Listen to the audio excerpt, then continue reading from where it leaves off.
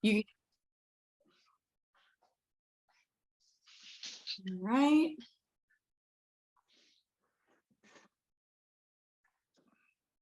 All right, just getting rolling here.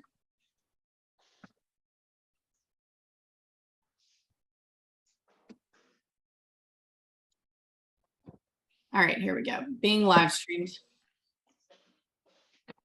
Okay, guys, how's it going?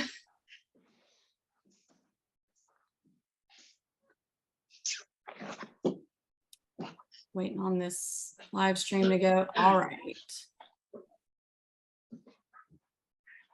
Welcome to the party. Yeah. Party time. Excellent. I've been watching that in a long time. Okay, we are going. Luke, do you want to introduce yourself and do you want to run the show or you want me to run the show? No, you run the show. Well, I don't know what our topic is. You've got the topic list. I'll just run down it and have fun. I have to find it. Okay. All right, guys. So thanks for coming. We're going to be live for probably the next 45 minutes to an hour, answering all of your questions that you have on short-term rentals. So just drop them in the comment section and we will answer all of your questions in order. Any questions that you have. I know Luke and I had, we're at one of our places in Mississippi and we got here this week and the HVAC was out. The internet was out and our underground dog fence was out. Turns out this house was hit by lightning and also another house that we have in another state was hit by lightning this week too. So we had to do a lot of troubleshooting this week. So if you guys have any questions surrounding troubleshooting, things that might go wrong, how to handle those things when they do pop up, we are here to answer those questions.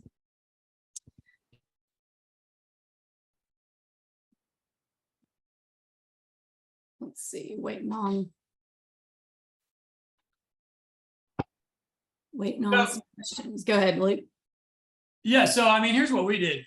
Well, this was a weird situation. We literally had two houses get struck by lightning in the same week, which was not fun. It's been a kind of a nightmare because, well, mostly just mentally for me, because to me, all those systems, I already had them done and in place and they were like, done. And then, like brand new fridge and routers with the right email, right password and username and all that stuff, which is a pain in the rear end when you're doing it from a distance. And these two houses were in two different states, so I just thought it would be a good idea because we do, all of our clients, most people that do short term in general are doing it from a distance. And does that matter? No, because quite frankly, when you got, we've got a lot of properties, so you can't like just go bouncing around from property to property, even if they're right next door to each other and fixing these things all day long. Because our job is, of course, I think everybody on this call will agree what our job is to either sell the properties or buy the properties. That's what, that's our gig. My gig in particular is to buy. I just so happen to have somebody who's in my organization, which is my wife, that does all the selling, so I don't have to, and I do all the buying, so she doesn't have to, and it works out great for us. But really mentally for me, what happened was I was redoing systems that I already had systems for, and it kind of made me annoyed. So I guess, get everybody's opinion on what to do as far as, or let's talk about how do we do appliances? Let's go simple, right? So depending on your market, I guess what I do is I'm a Lowe's guy, and Lowe's is a pain in the ass. You got two choices nationwide. You got Home Depot and Lowe's, right? And I find that Lowe's is a little better for delivery purposes than Home Depot. And they are still kind of a pain. They don't really like to deliver to properties that are not owner occupied, and they don't really like to deliver to properties that are empty. So with us, the best thing that we can do is have it delivered on a turn. And if your cleaner doesn't happen to be there, they might take it back and not deliver it. And if you try to schedule your cleaner, they don't really like that either, because then what happens? If you schedule your cleaner, Lowe's shows up at a time they said they weren't going to show up or doesn't show up at the time they say they're going to show up. So then we have the option of local appliance places, which those generally tend to have less product in stock is the downside there. They're usually really good at delivery and the door code culture, which I think is primarily what we're talking about here today. But again, those local guys usually just have like one or two product, like they're going to have two dishwashers to pick from. I like the really expensive stuff.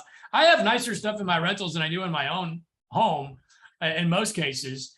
Maybe not in a little studio, inexpensive property, but if it's a large, expensive property, I like to have a nice appliance. So the local guy a lot of times doesn't have things in stock. I'll wrap it up and then I'll turn it over to Tim. With this refrigerator that we fried, it was a brand new, this story, I could go on all day about this. I built this nook for this refrigerator. It's brilliant, actually, at a beach house.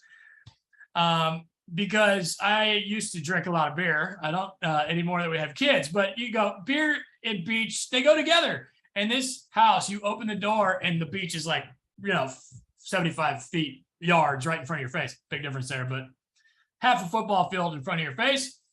And I'm thinking to myself, all right, I'm already redoing this basement, the first floor. And these folks need a beer fridge. So I built this nook for this fridge, and now, and it's very nice fridge, high dollar fridge. It lasted like 2 months. I was able to call Lowe's. They had one in stock. So that one is not that big a deal. Hopefully we'll be able to swap it out and hopefully somebody will be there. And Tim, you're going through all new appliances right now. So what are you doing there? Exactly that. I did the Lowe's route.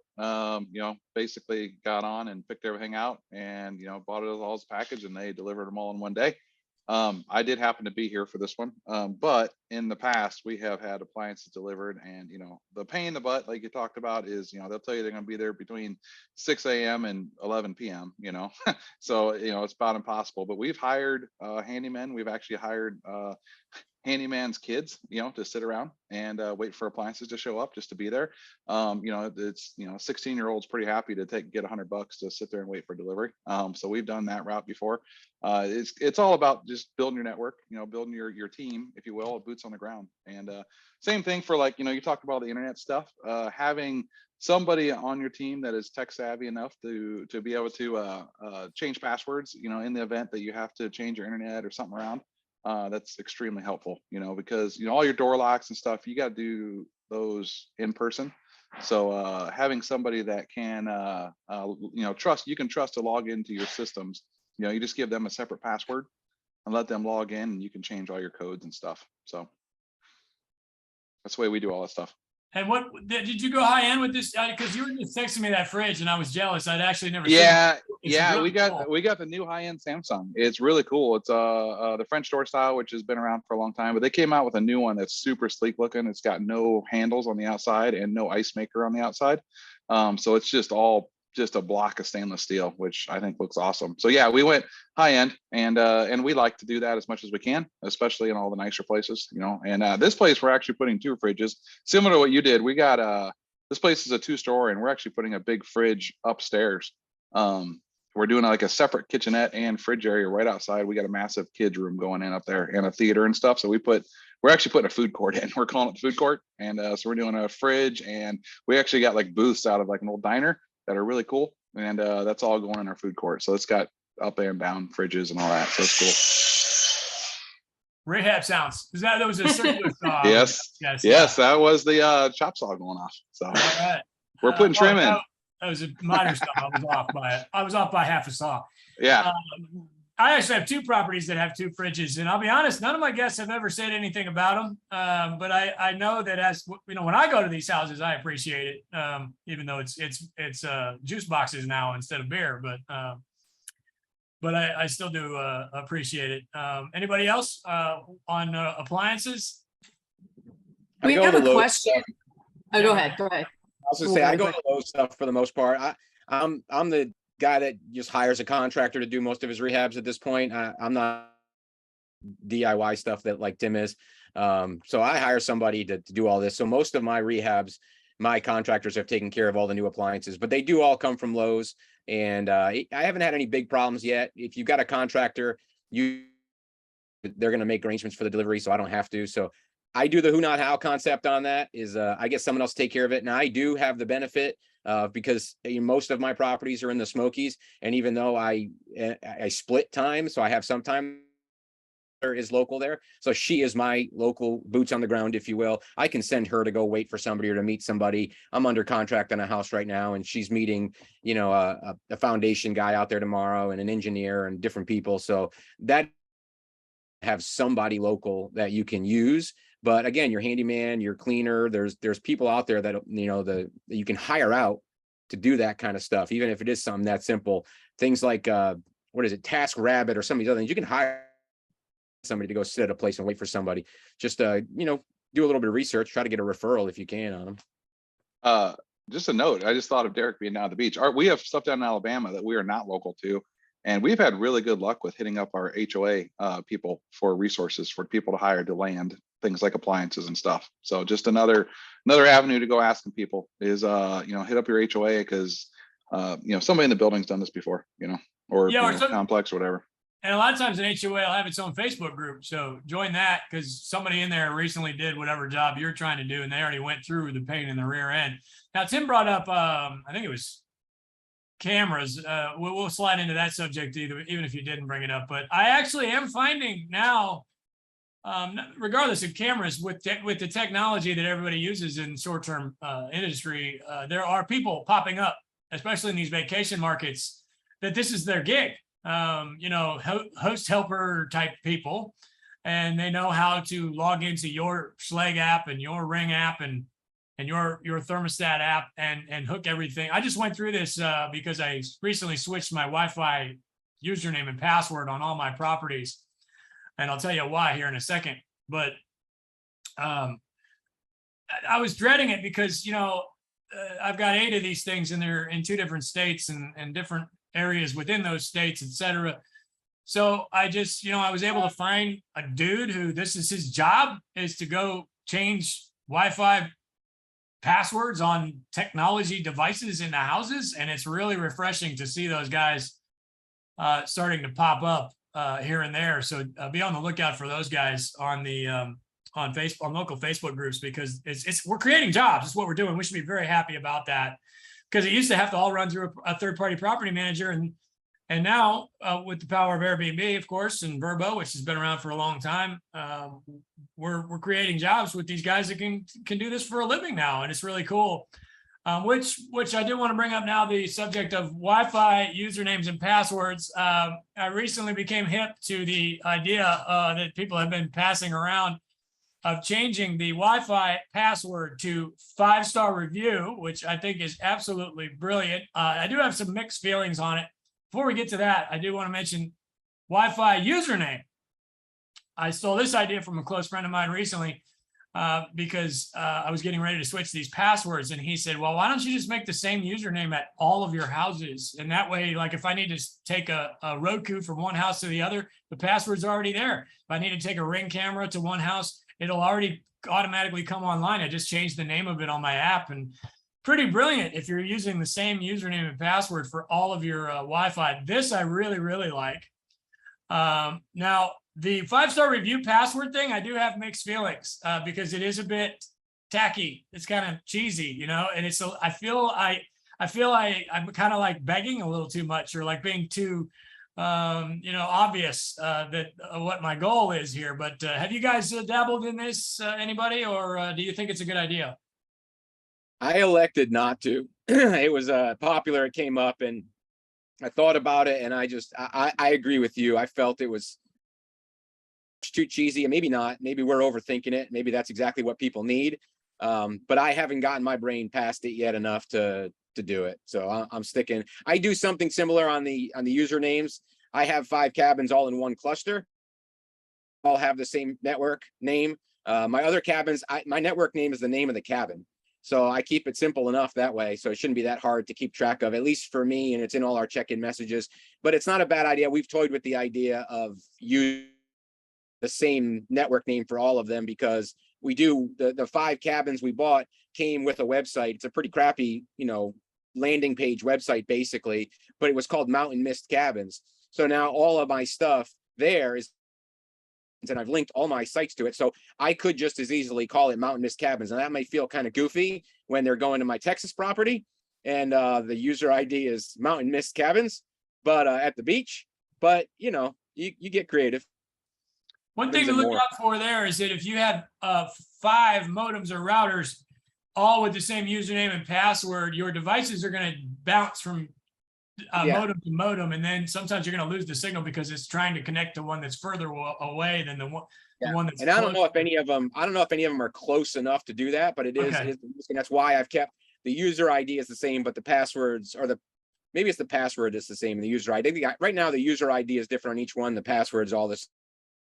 I think that may be what I did. I don't know. You'd have to ask Sam. She's the one. And who the keeps reason up. I bring that up is because it happened to me recently. I've got a 3-story house. It's got 2 routers, and my camera was trying to bounce back and forth to the top floor router and the second floor router, and it was dropping signal all the time. And it took several months to realize it's because it was the same damn username and password, and the camera didn't know the difference.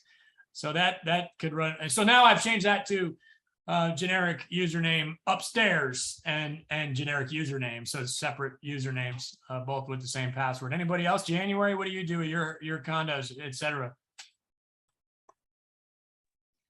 Well, before January goes, let me say there's about 75 of you watching right now. Drop your questions in the comments because we're here to answer your questions. We're here for you to add value to you. So drop us your questions. Doesn't even really have to be related to what we're talking about.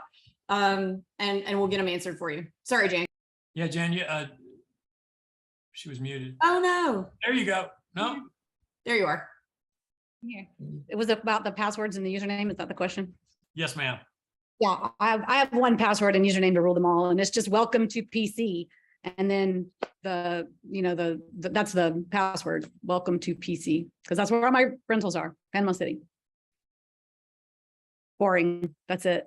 Oh, I think that's the way to do it. That's the way to do it. I did actually implement the 5-star review password because I'm not above being tacky.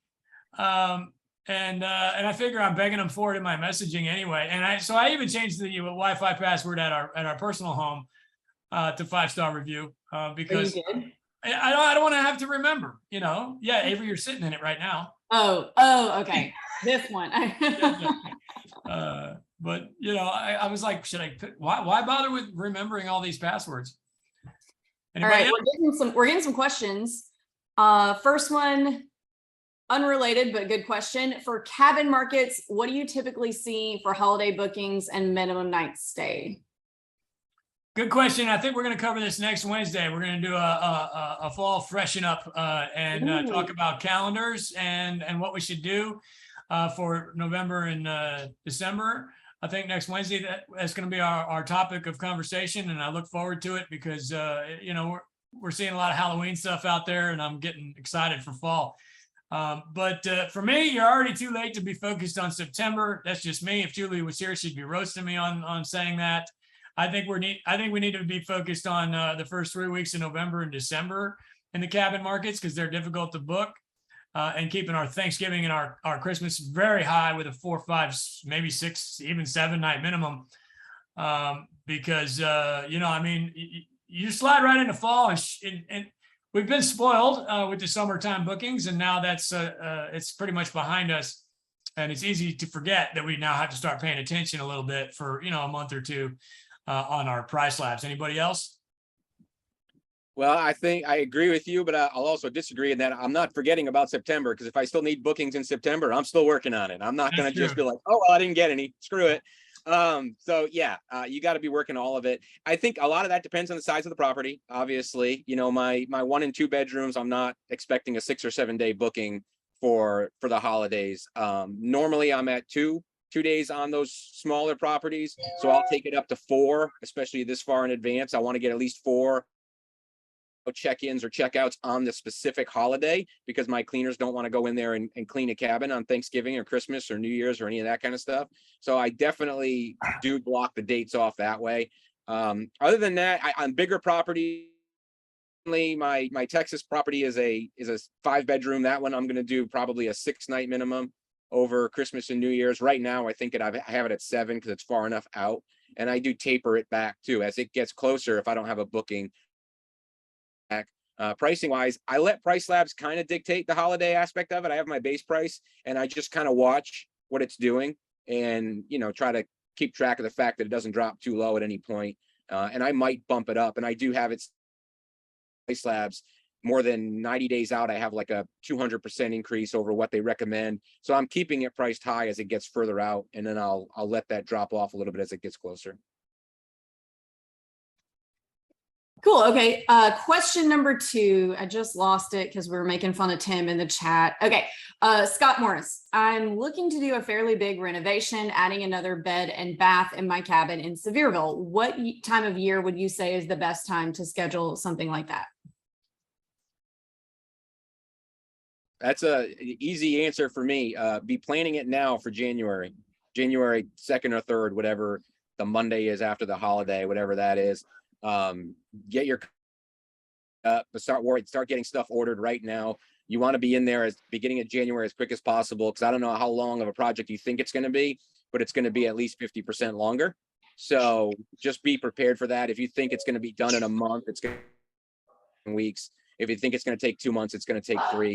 Don't give up your holiday bookings. Don't risk losing anything in November or December because you thought you could get it done. I'd rather start in January and have it run into March than anything. So my recommendation. As Yeah, a and former, also- project manager, oops, sorry, we're getting up on this side. You good? Okay, as a former project manager in a construction company, yeah, you want to add at least 1.5 times onto your estimated time for construction, especially with where the supply chain's at right now, and materials are just through the roof too. So if people haven't stockpiled them, or I would get a general contractor out there immediately to look at it. Yeah, and don't forget, you're not the only person trying to accomplish this. So, you know, again, on top of supply chain, workforce shortages, there's just not as many people out there as there was, you know, 3 and 4 years ago doing this. So get on the books ASAP. Contractors are tough. We totally switched gears here, but yeah, if you plan to have countertops done anytime soon, you need to get on it now, and, you know, give yourself 3 months to actually get them installed. The install only takes a day, but planning it and getting it, you know, scheduled and measured and all that stuff, it's a thing. It's a thing.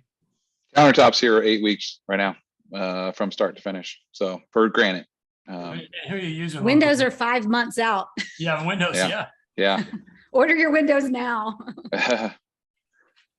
We have one more very important question, a question for the ages before we get back to kind of the topic of tech systems failing from a distance and how to overcome that. We have a question that says Brian Johnson or Bon Scott, for those of you who are not AC/DC fans. Mike Lewis, I know we text all the time. That's a stupid question, first of all. One of them is deceased. So like, it's not even, yeah. If they were both alive, it's I could go all day on this. Let's say there were 2 AC/DCs at the same time, then we would flip a coin, but there's no coin flip. Bon Scott all the way 100%. It's not even a conversation. Agree. I think I view them as 2 different bands, but I'd rather listen to Bon Scott than Brian Johnson stuff all day long. Yeah, I do have an AC/DC tattoo. A little bit of a fan. And so is Mike. Is it a Bon Scott tattoo though? It is non-singer related. Although it's a lyric from a song that was in the Bon era. So I guess so. Yeah. Okay. Back to the topic, and then we'll do a few more questions. So when your systems fail at a distance, we kind of already went over this, like you have your boots on the ground in each market. So let's talk about actually Schlage encode. Luke, that was your topic. If you want to go take off on that. Well, the thing is that, you know, it seems to be the only lock on the market as far as people in this business are concerned. And I think I agree. Now there are other options. I like the Nest Jail. It's awesome. I think it's a fantastic lock, but it doesn't integrate with most of the management softwares. And the encode is easier. All the rest of them are going to require like a third-party hub. Most of the rest of them are going to require a hub. And if somebody unplugs that hub, you've lost your lock. And it's, you know, the more houses you get and the deeper you get into this, it seems like I'm just chasing around technology all the time. And you know, I'm in my 40s now. So the Schlage is easy, the encode. course, they're like $500. I just bought 2 of them on Amazon from Schlage for $450. They used to be $250, but you couldn't get them anywhere. And I think Schlage has now finally said, you know what, screw it. We're going to start charging what eBay's charging for them. And I think that they're probably right. Does anybody have any thoughts on is there life outside of the N code, or is the N code pretty much our only option right now? Okay, I'm going to talk. I'm all on code. I live in the I haven't same done place my rentals are, so I have a regular keypad Schlage thing. I don't have a fancy internet thing, but I live here. I live where my rentals are. I started out my first one, I did the Nest, and it's still on that cabin, but I can't stand it. And if I was smart, I would have bought an N code before the prices jacked up for that place. But I could never get the Nest to work, to connect properly. So, you know, you go back to what you used to, paying $450 for N codes if I need to. I've got 2 new properties coming online here pretty soon. I already have one that I bought last year because that's how long ago that rehab was supposed to start, that I still have for that property. But then the one I'm getting ready to start, I'm going to have to buy one. Buy an N code. I'll put whatever I need to get one. And are you using different, unique codes for each guest? No, I am not using unique codes for each guest. I have an admin code that all my cleaners and stuff have, and I use one of the generic codes that came with the lock. And this way it's different for each cabin, but we can easily find out what it is or remember it by looking at the lock. We can pop the thing off, but we have it documented in our check-in stuff. But I'm not changing up the codes. I'm a believer in that people are not coming back and sneaking around. Now, what I will do is if I get somebody that is asking about checking in early, and then they balk because I tell them there's a $50 charge to check in early, then I'll go in and set a time on the code to lock. So I can go in and do that manually anytime I want. If I feel like there's a reason why I need to stop that code from working, I just go in and have it turned off for a set period of time. But other than that, I'm not changing my codes. Yes, see, I am changing my codes, and I'll tell you why. I do agree with you that it's not, nobody's coming back to the house to steal your pool table. They would have just stole it when they were in the house, when they actually had the code, So, but the guests appreciate it, I think. And it's so easy now with a Hospitable and Guesty for Hosts and all these softwares. You just literally just hook your N code to the software and it does it for you. So this way I don't even give a code anymore. I just say the code is the last 4 digits of your phone number, unless you hear otherwise, because occasionally it won't sync properly.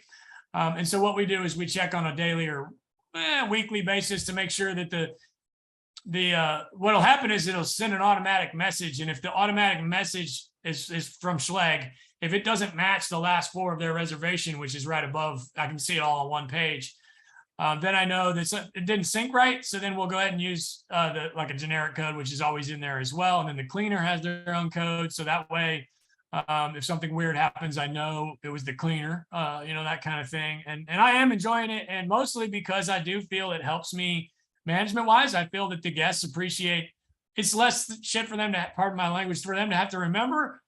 They can show up at the house and, my door code is 1122 and or whatever, 1234. That's a bad example because that's easy to remember. It's something that we were going to remember as hosts because we used it. It was like your grandma's last 4 of her phone number, or whatever you use every day in your life. That's what I use. And these guests, they have their own phone number memorized. So it just makes their life a little bit easier. And for that reason, I am with the Schlage N code these days. Although I did love my nests. I actually just got rid of my last 2 nests today, and I will miss them. But they don't integrate with any of the softwares. Holly, are you using N codes or anybody else? I'm using N codes except for my cabin that has no Wi-Fi. Old school where it is screwed into the wall and they use a code to get the key. But the other ones, yes. But I had a question for everybody that does have N code. Have you ever had to replace them? How long have you had it? What's the longevity of them? I've had mine for 3.5, 4 years now, and I haven't had a problem, but I didn't know if y'all had. Excellent question, because we do hear there's a downside of the N code on the beach is that they tend to, we hear that they fill with moisture and they fry themselves. A good way to fix that is put a bead of silicone around the outside and the inside of the lock, inside and outside of the door around the lock. I have not gone that far on several beach properties, and mine are still rocking But the longest encode because again, I was an SGL guy. I love those things. And my longest encode, I think, is only maybe a year and a half, but no issues. So you've had one for 4 years? I've had, yep, in January, it'll be 4. Oh, look 4 at years. you. Yep, and knock on wood, better not, it's your fault if it goes bad now. Oh, yeah, we shouldn't have brought it up. Avery, did you have a question? Yeah. So we've got a couple questions related to locks. The first one is, has anyone used a KABA, K-A-B-A door lock? I'm not familiar with this. I've actually never even heard of it. They're super popular down here in Gulf Shores. I've never used one. I have no personal experience one, but they are very common on listings we see for sale. I think the property manager companies use them. It's, if I'm not mistaken, it's one where you pay a monthly fee and Kaba like manages it for you, but I think they own the lock. I don't know the details about it. But they are popular down here, but I've never experienced with it. Okay, back to the Schlage encode. So a couple questions there. How frequently do you have to replace batteries on those? They're good to go. They're good to go. Sometimes you can see one that it doesn't last as long as the others, but in general, you know, you could probably maybe even 6 months. I have a system there. I have a battery system. You can see the battery life on the app. So we check the app on each of my encodes, on codes every Monday. You know, it's a Monday system.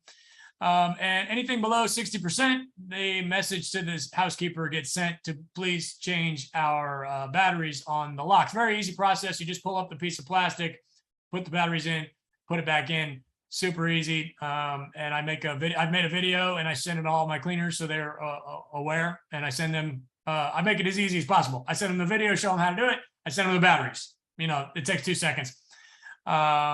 And 60% is ridiculous. You could get another 4 months out of it at 60% very easily, but that's the threshold that I'm comfortable with. They die fast. Once you get, that's a great system, because once they get below like 50 or 40, they like instantly, for some reason, I don't know if somebody decides to unlock the door lock, but I've noticed on mine, they'll be fine. And then instantly they're not. So you get really scared, and always have a backup key. Yeah, I have a backup key at every property too in a lockbox. I also have a set of batteries that I have kind of tucked away. So if there's ever is an issue with my cleaner or anything, there's AA and AAA batteries that are in a cabinet someplace that wouldn't be obvious, that a guest wouldn't find, but they're there if I need to. I'm seeing on average probably about 8 months out of the encode before I start getting the alert. As soon as I get the alert on the phone, I will let my either cleaner or my daughter who's local know, and we'll get them changed out as quick as possible. Try to avoid it becoming a big issue. But I haven't one time when they ran out, and I think it depends on the property too. I've got one property that I don't know if the lock is bad, but it keeps trying to activate. And that one, the batteries went down. If it jams, if your door doesn't align well and it keeps jamming a lot when your guests are, it will run the battery down a whole lot quicker. I've seen as little as 3 months out of one because the door wasn't aligned very well. And once I got the door alignment fixed, it was it got back to that 6 to 8 month window that I was seeing on the other ones. One more thing on this. If you do not switch out the knob for a lockless knob, you will kick yourself hard. This is a noob mistake that everybody has to go through, unless you heard it from somebody else, which I'm hoping you hear it from us right now. You're looking for a passage knob. You can deactivate whatever knob is on there, but it's going to look crappy. Like the guts are going to be missing and it's not going to work right. So a passage knob, otherwise known as a closet knob, is the way to go with no lock at all. Because you don't want that bottom knob to do anything but turn. If it locks, they can lock themselves out very easily, and then you've got a big problem on your hand. And it's, you know, it seems like it always happens at 1 a.m. too. So passage knob on the bottom.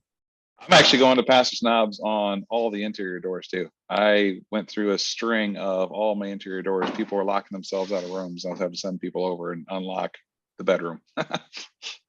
I use the security, the regular interior knobs where you just got to shove something inside to unlock it if it ever gets locked. And I leave the little keys over the door jams all over the house if I replace them all. So they're everywhere. But I mean, ultimately, you take anything small enough, you know, you could take a pen apart and use in there a pin or something, anything can get in there. So I use those on the interior, and definitely the passage knob. I won't say I learned that one the hard way because I figured it out early on, but I've seen so many of those types of messages in our group that did exactly that. I learned from Luke. So needless to say, I didn't have to make a lot of these mistakes because I learned and watched him make all the mistakes early on when he was doing this. So I've done that to myself. I've walked myself out that way personally. So Yeah. I'm pretty sure I had to take a call from Luke one time and tell him to go buy a Sawzall to cut his doorknob off. At the house we're in right now. Yeah. You only make that mistake once, and then that passage knob appears very quickly. Great tips there, Derek and Tim. all right, moving on from smart locks to smart thermostats. What's everybody using? Make sure you drop your questions in the comments and we'll answer them if you have anything related to this. See, with I have- thermostat, Yes. yeah. I'm I think still it doing depends on where you're T9. at, right? I'm doing T9 still for most everything. Honeywell. Doesn't it depend on where you're at and what kind of system you have? No, I mean, any of these smart thermostats, you can program them to match your system, but in my opinion, in this case, there's no one fits all. They're all great options. They all have their advantages and disadvantages. Like the Nest is really cool and like it lights up when you walk by it, so it's hip and cool. And the Honeywell is easy to figure out. Like for, it looks just, even though it's digital, it looks just like an old school thermostat. So like, older folks can figure it out. Then there's Ecobee, Ecobee. I don't know anything about those. Anybody have any experience with an Ecobee? I have one Ecobee because my HVAC guy had it when he was installing the unit. And I said, I want a smart thermostat. And he said, well, I have this one in my van. I'll use it. And I said, okay, go for it. It's a little bit complicated. But so far I've only had one or two guests question something about it, but it's like anything else. It's got Wi-Fi capability, so I can just go in there and reset it. So I haven't had any problems with that. Other than that, I have I don't have the T9, an earlier version of it, whatever was before that. I think maybe, I don't know, maybe I do have the T9. Is it black? Yes. Yeah, the T5. They're almost identical. They just did away with the black one for whatever reason, which it looked cooler. I help my guests out with the thermostat. I put a schedule. So every 2 hours, no matter what they do, it goes back to my schedule for, they can turn it down to 68 if they want to. And if they leave, fine. But in 2 hours, it's going to go back to 73 or 4 or whatever. It's not crazy. I don't do that. I've had one guest complaint when they showed up because my cleaner used to be really bad about turning it up or down depending on the season. And I told her to stop doing that because I just try to set it 70 to 72 is kind of where my baseline is, almost year round. In the Smokies, you can get away with that. But I had one guest complain, I think it was like more wintertime, and they came in and she had turned it down to like 55 and it was freezing cold. They came in at like midnight and they actually gave me a horrible review because it was too cold when they arrived in the cabin. So I just got to keep them right around there. I don't micromanage it. I hardly ever even look at my thermostats unless my guests have a problem. I think people know how to use a thermostat. Now, maybe I should go in and before they check in and make sure it's at a reasonable temperature, but I think I've got my cleaners all trained now to this point where they either don't mess with it or when they get there, they'll check and make sure that it's in the correct settings or where. Yeah, I do what January said, and my favorite piece of hardware is it's the Google Nest ones. So it's kind of the inexpensive Nest. And I think they're like $99. They look super sexy, and I do the schedule thing. I think that's a little bit of a hack where you can just have it scheduled every 2 hours to where it'll kind of ping itself. And if it's set on something ridiculous, it'll kind of default it back to your settings. So I even have my personal house set that way where my kids, when they come in or they jack around with it, they get 2 hours of, or whatever it is, they get a little bit of time of their own temperature, but then it just kind of goes back to a factory default of what I want it to be. That's a classic dad hack. Yeah. Are any of you guys using a thing for your beach properties for the balcony door to disable anything, or is that not really a thing? So I have door hangers on my beach properties that say if you leave this door open, the air conditioner will turn off. They're like a hotel, clean my room, don't clean my room door hanger. Do I have a thermostat that actually does that? No. But they do make those. From last I heard, the technology is not quite there on those. I think Train has one available on the market that is probably made by Honeywell, but I don't personally have one. In this part of Florida, we have some of the homes that they don't have the fencing around the pool, and they'll have that annoying alarm on the door, the back patio door, so it can't stay open because it'll a piercing shrill throughout the house. So you go in, you push that button, open the door, and immediately shut the door. So that really helps on, I guess, safety, but especially on your AC bill. I bet on the Google products like the Ring, I bet there's something on that Google Hub that you could make that happen to, because you could do a lot of crazy things in that software associated with that. So that's something I'd need to look into.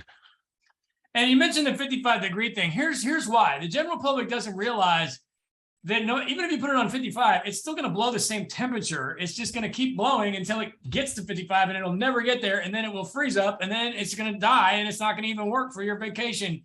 But people are just not that bright, or, maybe they don't own a house and they don't realize that 55 doesn't mean the temperature is blowing out of the vents. It doesn't work like that. Right. AC is either on or off. It's not getting hotter or colder. Right. And if it runs and runs and runs and runs, it's going to freeze up, and then it doesn't work at all. But you can also program it if you don't want to do a schedule. You can do a high and low, so Yeah. that they Now can't that's- turn it yeah. past that. Everybody should be doing that. You can. Yeah, all of mine do that. Check it. Made it easy. Yeah. And then, and then back to Derek's point, you don't even have to look if you've got a high and a low. All right, well, we'll move on to the next thing. Digital guidebooks. Do you need one? Is it necessary? Are they helpful? What do you think?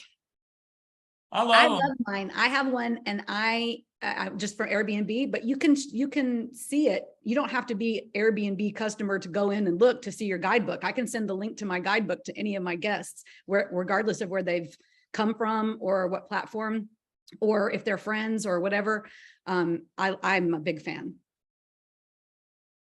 Yep. Yeah. I'm using TouchStay. We touched on this on my podcast episode with Avery last week. Make sure you check out the Short-Term Show, wherever podcasts can be listened to. And there's you can do the in-house option like January. Airbnb and Vrbo both have their own in-house versions. And then there's third parties through TouchStay and Hostfully, which I believe you're having them on your podcast soon. And then a lot of folks are using Canva, which you can basically, make your own website with Canva and do it that way. I like my TouchStay. It was a pain in the rear end to figure out, but I do feel that it makes my presence in the space a little more, I'm keeping up. I'm being competitive, and the main reason I like it, it has its ups and downs because it's a pain in the ass to figure these things out, quite frankly. But the main reason I like it is that when, especially for a larger property, figurehead A, person A books for persons B through Y or however many people. Let's say it's 10 people. Person 1 books for persons 2 through 10.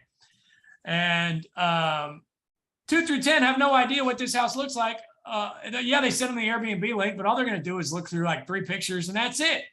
So then if they get the guidebook, person 1 can text this guidebook to all other 9 people in their stay. And then all these people can go through and see exactly what this house looks like, what it has, how the beds function, how the thermostat works, how to get in the door, all this stuff that they're going to need to know to enjoy their vacation. And here's what we have. Traditionally, we have persons 2 through 10 coming back to person 1 and saying, well, this house sucks because of this, this, and this. And then that person is the one leaving the review, and he's had all these other 9 people barking at him about why they didn't like this house. And why? All about expectations. They had no idea what to expect. Now, if they've got my guidebook, person 1 can say, well, did you read the guidebook? Because all that stuff was in there and it's your fault, you idiot. So it's a good way to get myself out of hot water with the guests. And it's a pretty good excuse occasionally too. Here's another one. Guest complains about A, B, or C. I can go to that section on my guidebook and highlight that exact section, and that part of the guidebook's going to have a separate URL. So I can just cut and paste that from my guidebook, shoot it over to the guest. Sorry, you didn't see this on my guidebook, but here it was. And then that just got me out of hot water because now it's not my house's fault. It's their fault because they didn't read anything. Yeah, it's a good CYA, to kind of Yeah. cover your butt when people come back to you with issues. You can say, hey, here's the FAQ of the house. It definitely covers your butt. And another thing, I think it's a great place where you can kind of interject nuance of things you want people to do. And I just saw this the other day. There was somebody that had the instructional thing for their hot tub, but part of the instruction was when you come back in, like, here's where you wipe your feet down and hang up your clothes. Things like that you can kind of manipulate your clientele to, take better care of things, I think is a great tool as well. I have a Linktree link that I send out, and it's got, link to all my properties or my profile on Airbnb. It has a podcast that I was a guest on about my area. It has a link to Destination Panama City, which is the visitor convention. So it's got several things on it, and I can just send that one link and people can see all that at one time. Good guide. Yeah, I just started using TouchStay, and we're still working on it, and I'm looking forward to having that. And I just got to figure out how it ties in so it can get emailed out to the guests and those types of things. But yeah, I'm getting into it. Long time I didn't feel it was necessary, but I'm on board now that I feel like they're great. They're going to save a lot. And Luke's a big fan of getting upstream, and I need to get upstream on some of this stuff, because stuff that was easy last year, it's just not as easy, and you need to be on top of it. Things that I'm expanding my portfolio. I'm up to 10 properties now. I need to have this stuff that can go out and automate, because I can't even remember where the light switches are, where certain things are at each property. There's no way. So you need this stuff to do it. Mind, start working on it with day one from your first property. Don't be in my shoes where you've got 10 of them and now you've got to create 10 TouchStay books and 10 of everything. Do it right from the beginning. Your systems will be in place. It'll make scaling so much easier. Well, we do have a question from Scott Morris. In addition to the written stuff in a guidebook, do you think that professionally shot video walkthroughs are a good investment for your listing, and why or why not? Yes, 100%. This is a Verbo only thing as of right now. On Airbnb, the only option you have is to put it as like a QR code as one of your pictures, which is not allowed. And if they catch you, they'll slap your wrist. So I think eventually Airbnb will catch up there, because it is really cool and it's really hip what Verbo's got going on there. It's the picture 3 thing. On Verbo, they have a video button. And if you have a video walkthrough from a kick-ass photographer that has the capability of doing this, or put it on YouTube, or you can also do they can't do Matterports anymore. They've gotten rid of those for whatever reason. The technology was not working, but there's another something besides YouTube that does work. I can't remember off the top of my head, but there's a video button on Verbo. You can upload your YouTube video and it will show up as picture number 3. That's what we're calling it, picture number 3 on your Verbo listing. So they can just hit play on your Verbo listing and walk through the house as this photographer created this beautiful walkthrough. You can see that on most of my properties, my beach properties. We haven't been able to find anybody in the Smokies that's doing this yet. We're trying to talk some folks into it, but it is catching on. And yes, Scott, it's 100% worth it. If you can get it's going to need to be high quality, but yes, it's a Verbo only thing. Anybody else using it? Hey, as somebody that just, the buying and selling of real estate in general and having to walk through any sort of media like that, to piggyback off what Luke said, if it's done really well, yes, worth having. I don't care whether it's your cover shot or anything else. People are paying a lot of money for drone photography and they think they have to have drone photos. Well, I know somebody that did the drone photography, and on the side of the house, you can see what looks like Fred Sanford's junkyard. The picture's not worth having if it's not professionally done. So still, to Luke's point, yes, get it done, but get it done right in any sort of media that you associate with your listing. You're going to have to be a little better judge of, is it good or not, but don't have it just for the sake of having it. I have one in one of my properties. It was done as an experiment last year, and I haven't elaborated on it to do the other ones, but I need to. It came out really neat kind of video that he did. It wasn't just a generic boring walkthrough. The guy whose name is Jacob Tidwell. Feel free to blow him up on Facebook and tell him I sent you. We worked out a bargain. I let him stay at the cabin for a couple of days with his wife, and he did the as trying to get himself out there because it was something new he was trying to do. He's trying to build a local Pigeon Forge, Gatlinburg type guidebook thing, where it would be an online thing where you could zoom in and find all these places doing a lot of aerial photography of the area. I think it's cool. I think it's really good. If anybody wants to see the one he did for me, hit me up and I will gladly send you the link to my listing where you can link over to it, or the YouTube link of the video he did. But I think it's cool. I don't know for me. I don't know that anybody's booked my property because of that video, but I think it's badass and cool, and it's worth a couple $100 or whatever it might cost to do it. Because if you get one extra booking from it a year, you've paid for itself. So that's a great deal to me. Okay, so last topic before we have to go, also related to tech, Roku or no Roku in your rentals? Yes. Say yes, yeah. Yeah. Only Roku. Yeah, I do Roku on everything. That's been my Exclusive. thing lately, is like, that's the only remote I want. That way every TV has the exact same remote, and it makes it super easy diagnosing stuff, and the remotes are cheap. If you lose them, when you will, you can buy them for $10 on Amazon, and it just makes your life easy. I replace every TV in every property with a Walmart TCL Roku equipped TV. That's it. Every single one of them. You can get those remotes anywhere and everywhere. They're all the same. It's absolutely. And it took Luke a while, because only just a year or so ago, I had to let him know that he doesn't have to actually buy a Roku if he actually has a Roku equipped. You don't have to buy an actual Roku. If you buy the Roku TV, it's the same remote. I highly recommend buying the TV, because otherwise the Rokus walk away. It should be. Yes. You know. I like fancy TVs, so I buy here's the trick there. Do not buy the Express for two reasons. Number one, the Express, you have to, it has to be visible to the remote so people can see it. And then it also has an HDMI. So here's what happens. People are like, oh, there's a Roku. It's got an HDMI. I can use that to plug in this device or that device. And then they lose the Roku, or it walks away, or they forget to put the HDMI back in, and it's a mess. The Roku sticks eliminate that. If you've got a fancy TV that doesn't have Roku, get the Roku stick. It also doesn't plug into the wall, plugs right into the back of your TV. And there's less chance that the guest is going to screw it up. So pretty cool. Also, the Rokus have guest mode, which is awesome. Put it in guest mode. As soon as somebody turns on the TV, it says, when are you checking out?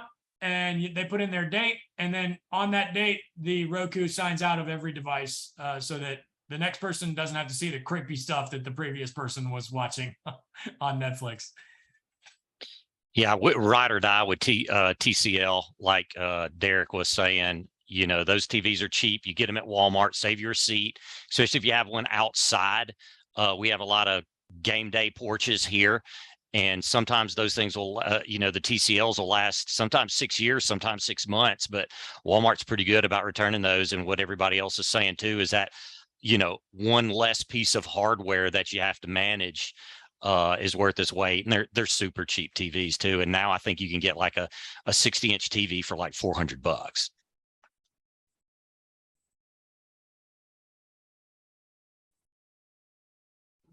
Sorry, my mouse disappeared. My cursor disappeared, so I couldn't unmute myself.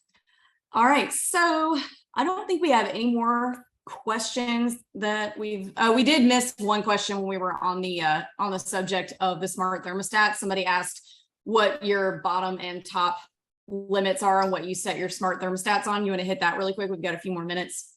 Doesn't matter. I mean, whatever you want, like 69 and 72 or something like that is what I do. It doesn't really matter. Anybody care? As long as you have one, I think. I give a little bit broader. I would go like 65, 75 or something like that. Some people just prefer, I mean, I set my thermostat at home to like 66, 67 at night, because I like to sleep cold. So that is cold. That is cold. We have another question from Joseph. TCL TV outside, do you have any issues with weather with that? No, I mean, absolutely none. I mean, everybody thinks you have to get some sort of magical TV for outside. No, you just need a TV that's cheap and replaceable. I mean, that's really it. I mean, look at your outside TV as somewhat disposable and treat it that way and buy one accordingly. But and now look, we're talking about something that's under a covered deck, not just sitting outside by the fire pit. But you know, if it's just outside humidity, anything like that, at least in North Georgia, never really had any issues. Sometimes they'll last, like I said, sometimes they'll last for 6 months, 6 years, but when you're paying $300 to $400 each for one, yeah, you know, cost of doing business. Yeah, and I wouldn't expect one of these to last very long in Florida. Like, I'm pretty sure January is like, ain't no way that TV is gonna last 2 minutes in PCB. But in Georgia, yeah, probably would be just fine. Well, you know, you're dealing with the humidity, the snow, the everything else, you know, the morning fog and all that. I mean, you get up and you go out there and, you know, it's covered up with humidity and moisture and, you know, water's literally dripping down it. So, you know, I guess at some point in times you get a good one, you can get a bad one, but at the prices that these TVs are now, just consider the cost of doing business. I mean, it's, you know, need to look at it as something fairly disposable, but, you know, getting 2 to 3 years out of one, I'd say, yeah, it's what you're going to do. I just replaced a 3-month-old refrigerator. So 2 to 3 years sounds okay with me. There you go. All right. Thanks, guys, for coming to our live stream. Thank you, panelists, for showing up. So we have had a few requests in the chat for more listing rescue. So I think that's going to be a once a month thing, or maybe a twice a month. Do you want to? We'll make an announcement on when the next one's going to be. But if you guys are interested in buying with a short-term shop agent in any of the markets that we work in, there are now 15. Hit us at agents@theshorttermshop.com. We are super happy to help you. And of course, we are always here for questions here in the group. So just hit us up. We're here for you. Thanks for coming, guys.